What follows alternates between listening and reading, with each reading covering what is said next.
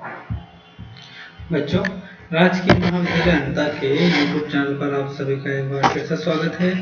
इससे पिछले वाले वीडियो में मैंने जो टाइप ऑफ मध्यवर्ती पढ़ा था उसमें मैंने कार्बोकेटाइन का जिक्र किया था। कार्बोकेटाइन होता क्या है, उसकी स्ट्रक्चर क्या होती है, उसको कैसे बनाते हैं और उसके स्थायित्व क्या है, उसके जो रासायनिक गुण है वगैरह वगैरह क्या है। आज की इस वीडियो में अपन चर्चा करेंगे कार्बेनाइन की। ठीक है, वह मध्यवर्ती स्पीशीज जिसमें कार्बन पर क्या हो, ऋणावेश हो, कार्बेनाइन कहलाता है। कार्बेनाइन नाभिक स्नेह एवं लुईस क्षार की तरह व्यवहार करता है। जैसा कार्बेनाइन इलेक्ट्रॉन से नहीं था, वैसे कार्बेनाइन नाभिक स्नेह हो जाएगा और लुईस क्षार की तरह व्यवहार करता है। अब कार्बेनाइन की संरचना देखो, कार्बेनाइन के कार्बन परमाणुओं का sp3 संकरण होता है, जिसमें 3 sp3 संकरित कक्षक में एक इलेक्ट्रॉन युग्म होता है। कार्बेनाइन की संरचना पिरामिडल होती है तथा बंध कोण 109 डिग्री 28 मिनट से कम होता है। कैसे? देखो, 1 2 3 4 sp3 संकरित कक्षक है, 3 तो बॉन्डेड है और एक में क्या है, 2 इलेक्ट्रॉन यानी एक रह रहा है। इसलिए ये बॉन्ड पेयर है, लोन पेयर जो रिपल्सन होता है उसके कारण इसकी जो बंध कोण है वो क्या हो जाता है, कम हो जाता है। Got it? और कार्बेनाइन के प्रकार, ऋणावेश जिस कार्बन पर उपस्थित के आधार पर कार्बेनाइन 3 प्रकार होते हैं। तो ये तो उसके अकॉर्डिंग देख ही लोगे, जैसा कार्बेनाइन होता है वैसे ही। Got it? आगाते द्वितीय करते हो गया। कार्बेनाइन का निर्माण, ये इंपॉर्टेंट है। एल्डोल संघनन जिसमें एक क्षार द्वारा प्रोटॉन का निष्कासन होता है। क्षार का काम ही क्या है, क्षार से कहते हैं जो प्रोटॉन को ले जाएगी। अब देखिए इसमें जो बेस लिया है, इसके पास कार्बन समूह के पास वाला कार्बन अल्फा कार्बन और अल्फा कार्बन पर उपस्थित जो हाइड्रोजन है वो कहलाते हैं अल्फा हाइड्रोजन।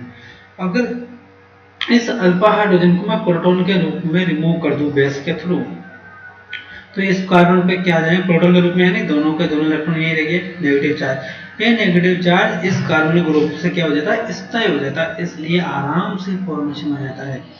तो एल्डोल संघनन जिसमें क्षार द्वारा प्रोटॉन का निष्कासन होता है, कार्बोनाइन का फॉर्मेशन हो गया। एक होती है विकार्बोक्सिलीकरण। देखो, ये सॉल्ट ऑफ एसिड है, अगर दोनों ये यहाँ पर आ जाए, क्या ये नेगेटिव चार्ज यहाँ आ जाए, तो ये दोनों इलेक्ट्रॉन यहाँ शिफ्ट हो जाएंगे, किस ग्रुप में निकल जाएगा, CO2 ग्रुप में। एक बॉन्ड है, डबल बॉन्ड नहीं है ना, गॉट इट? सिंगल बॉन्ड है यहाँ पर, ये मिस्टेक हो रही तो सही कर लेना, ये डबल बॉन्ड हो जाएगा, सिंगल बॉन्ड है। तो कार्बोनाइन बन गया, CO2 बाहर निकलेगी जो कि गुड लिविंग ग्रुप है। अब आता है कार्बोनाइन का स्थायित्व। कार्बोनाइन का स्थायित्व जाए तो उसका जस्ट उल्टा होता है, किससे, कार्बोनाइन से। तो वहां से तुलना कर लेना। वहां पर अगर कार्बोनाइन होता, देखो इलेक्ट्रॉन है और एक ग्रुप देने वाले है, जैसे इलेक्ट्रॉन देंगे तो ये क्या होगा, कमी तो है ही नहीं है, जबरदस्ती देंगे तो इसका स्थायित्व क्या हो जाएगा, कम हो जाएगा। फिर स्थायी 0 डिग्री, फिर इथाइल, फिर आइसो ट्राइसोब्यूटाइल, फिर आइसोप्रोपाइल। देखो ये पहले ही आना चाहिए, लेकिन ये क्यों आया है, स्टेरिक हिंड्रेंस के कारण। Got it? अनुनाद, अनुनाद तो वैसा चलता ही है, कोई प्रॉब्लम नहीं है अनुनाद में। अब आते हैं कुछ इसमें क्या है, अभी देखते हैं। हाँ, कार्बोनाइन की रासायनिक अभिक्रिया। देखो, कार्बोनाइन का कार्बन यौगिक के साथ यौग एल्डोल संघनन, जो कार्बोनाइन बनाता वो आराम से न्यूक्लियोफिलिक एडिशन रिएक्शन दे सकता है, वो वाटर के उपस्थिति में एल्डोल संघनन कर सकता है। प्रोटॉन के साथ योग, दूसरी रिएक्शन मिथाइल कार्बोनाइन अगर HX से रिएक्शन कराओ, है ना, कोई हेलोजन एसिड से, तो प्रोटॉन दे देगा, यदि मीथेन में कन्वर्ट हो जाएगा, रिएक्शन से बाहर निकल जाएगा। इसी प्रकार की रिएक्शन RNZ से होती है। RNZ से रिएक्शन अगर मैं वाटर से कराऊं तो RH बन जाएगा, NaOH, प्रोटॉन निकल गया ना वाटर से। अब तीसरा जो अपने पास आता है इंटरमीडिएट मध्यवर्ती, वो आता है मुक्त मूलक, फिर रेडिकल। देखो, पहला आपने कार्बोकेटाइन पढ़ लिया, दूसरा कार्बोनाइन पढ़ चुके हो, तीसरा मुक्त मूलक। देखो, ऐसी कार्बनिक स्पीशीज जिसमें कार्बन पर एक अयुग्मित इलेक्ट्रॉन उपस्थित हो मुक्त मूलक कहलाती है। मुक्त मूलक किससे बनते हैं, समांश विखंडन के फलस्वरूप बनते हैं। अगर एक इलेक्ट्रॉन अयुग्मित तो इनको क्या कहेंगे, पैरामैग्नेटिक। Got it?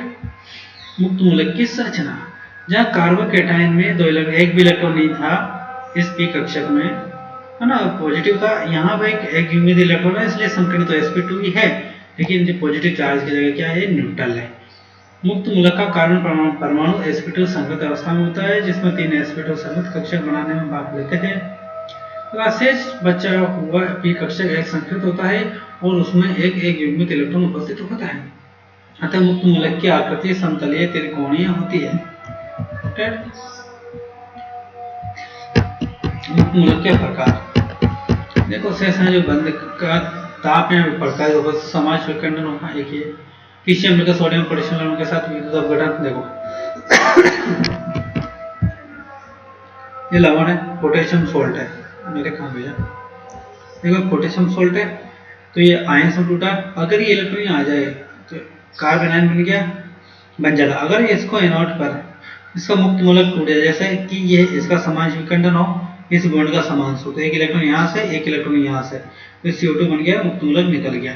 ठीक है, मुक्त मूलक का स्थायित्व ये भी वही p5 संयुग्मन अत्यय संयुग्मन ये सबसे आ जाएगा, जस्ट लाइक कार्बोकेटाइन कोटेड। अब आते हैं अपन मुक्त मूलकों की रासायनिक अभिक्रिया है। मुक्त मूलकों का समान या असमान मुक्त मूलकों से संयोग, अगर समान से होगा तो ये, असमान से होगा तो दूसरे टाइप के असमानुपातन अभिक्रिया। कुछ भी नहीं है, इसमें एक मुक्त मूलक निकलेगा तो एथिन बन जाएगा, दूसरा मुक्त मूलक आकर इसी के दूसरा मूलक जुड़ जाएगा तो एथिन बन जाएगा। कोटेड जो नेक्स्ट मध्यवर्ती है कार्बन, वो पढ़ेंगे अपन नेक्स्ट वीडियो में। धन्यवाद।